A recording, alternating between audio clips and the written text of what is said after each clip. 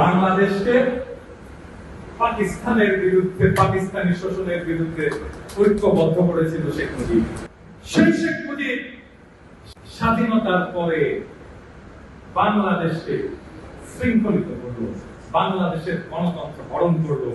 সেই শেখ মুজিবের দল আমাদেরকে 15 বছর ফ্যাসিস্ট শাসনের অধীনে রাখলো।